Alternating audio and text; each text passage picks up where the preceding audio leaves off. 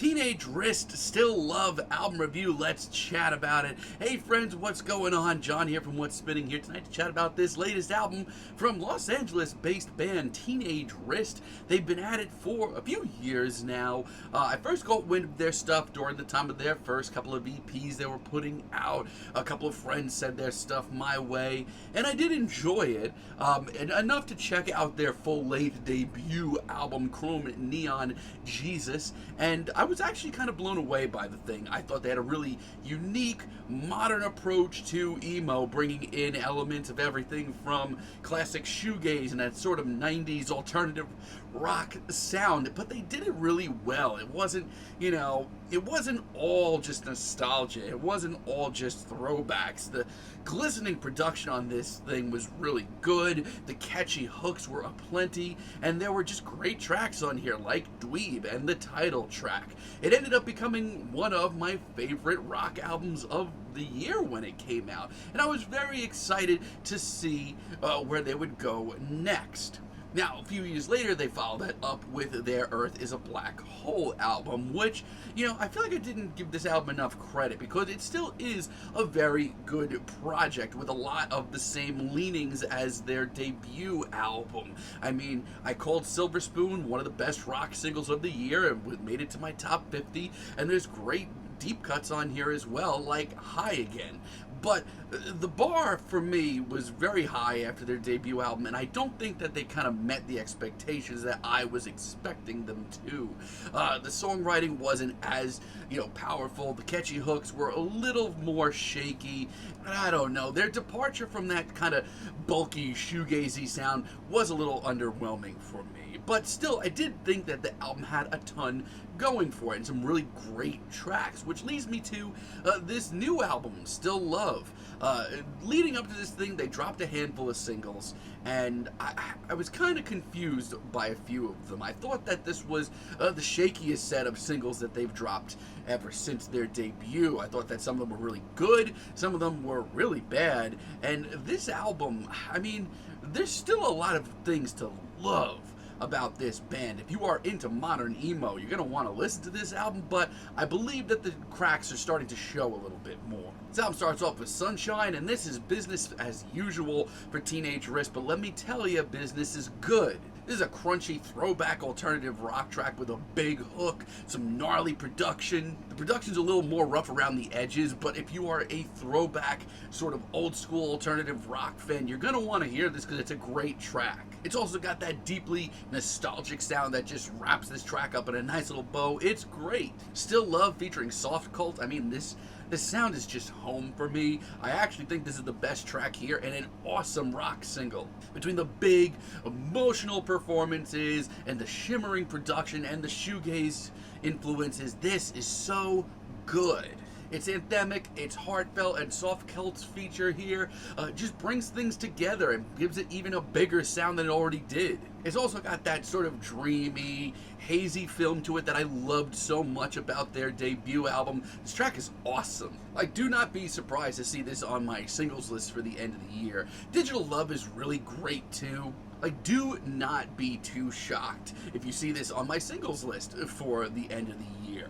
I have a lot of the same things about Digital Self to say. I mean, this thing is beefy and meaty. The riff is just so hazy and bulky, and the production here, once again, is almost psychedelic. But the heart is here in a huge way. I mean, this is a band that literally wears their heart on their sleeves, and when they are on, they are on. And this is a great sound. And I love the contrast on this track between the very meditative verses and the bombastic chorus. And Wax Poetic featuring Sister Void is probably the closest thing you're gonna get to the sound of their debut album. And that's not a bad thing at all. I love the bulky riff, the production is great, and as far as passionate performances go, look no further. This might be the most passionate and emotional track here. It's gritty, it's grimy, but it also has a ton of heart, and Sister Void's contributions just are icing on the cake. So it's not like Teenage Wrist have lost their sound. They actually have a really great sound still. And when this album is on, I would argue that, you know, it's some of the better rock music I've heard this year.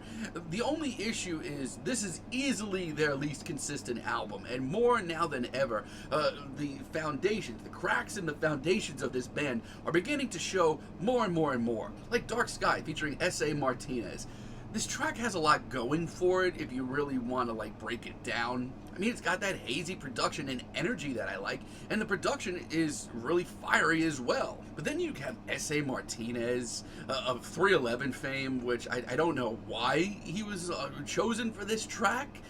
His performance just stinks up the joint completely and derails it. I mean, like I said, it's not the worst sin committed here. There's things to like about this track, but I just expect so much more. Something Good is a real tough one for me. Once again, there's elements of this track that I really love. Like the acoustic leaning riff is really tasteful, and the gaudy production. Give me more of that. But this track doesn't progress at all. As a matter of fact, it just lulls around and does nothing. And when did the songwriting take a nosedive? Because it really does on this track. Once again, like I said, not the worst sin committed here, but those cracks are showing. Diorama from a distance actually sounds fantastic. I mean, that bluesy, broken down riff is actually sounding pretty good to me. But very quickly, this track derails.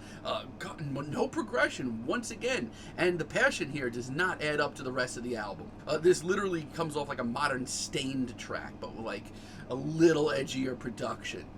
What a mess. I have not heard the band at this level before, and it's not good, and the production isn't here to back it up either. And Cigarette Two-Step, what the hell is this? You know, Teenage Wrist, since their debut, have actually done a really good job of standing out from the pack and making their sound very unique. But then I hear this, and I question everything. This is pathetic. The riff here sounds so dime a dozen. Like, they do not sound sure of this track.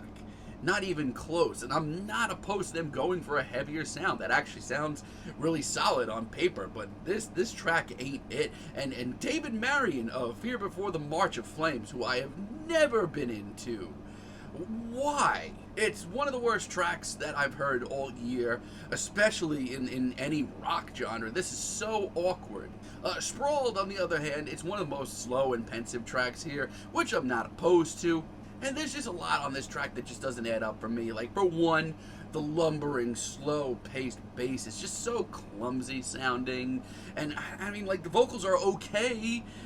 It just, you know, there's nothing about this track that pops. This, to me, just comes off as really, really phoned in. This, to me, sounds like the kind of track where they said, hey, we got 5 more minutes of recording time. Let's just throw something together. There's no statement here, and it really does not add up. And it's a real shame, because the final moments of this track, you know, like the last minute and a half, where we get this godly sax solo and these really intense pounding drums, things come together. It's just way too little too late. On a more impactful track, this could have been a game changer. And Paloma, aka Ketamine, as a finale, I don't know what to make of this track. This is demo quality and very DIY sounding, and I really don't know what to make of that. I have no idea where this track came from. It's very incomplete.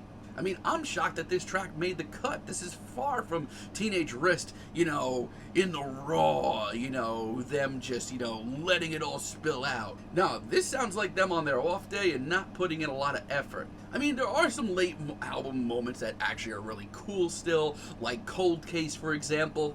Like this one, much like, you know, some of the later tracks that we get here, has a little bit of a lo-fi DIY sound, but here it comes off as something really interesting and new. It's not as bold or as catchy as some other moments here, but it's got that raw sense to it that's actually really tasteful. Between the subdued performances and the looming, very patient testing pacing on this track, it actually comes off really dangerous. And it's all a build up to the final moments. I'm very okay with this. And Humbug featuring Heavenward is one last triumphant blast from the band that I needed to hear.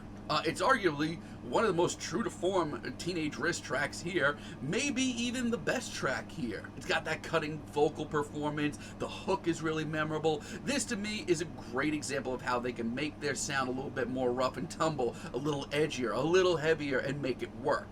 This album, you know, I mean, leading up to this thing, I was worried about it from the singles. I thought they were very hit and miss, easily the most hit and miss they've been single-wise since their debut. But what's going on here? The cracks in the foundation of this band are showing more than ever. This thing really completely falls off in its second half. I mean, the last 2 tracks alone are shocking to me that they even made the cut. I mean, yes, Teenage Wrist still has a great sound, and the half of this album, I'd argue, is some of the coolest rock music you're going to hear this year. My issue is, man, it's not consistent. Some of these features, like the Fear Before the March of Flames feature and the 311 feature that we get here, it's not up to standards for the band, because they are one of the more unique bands in emo and shoegaze right now. But with this album, it's just not cutting it for me this time around. I'm feeling a decent 5, but let me know what you all think down below. If you liked the video, be sure to give us a like, give us a subscribe, and let me know down below what you would like for me to chat about in the future. And until next time, have a great day, friends.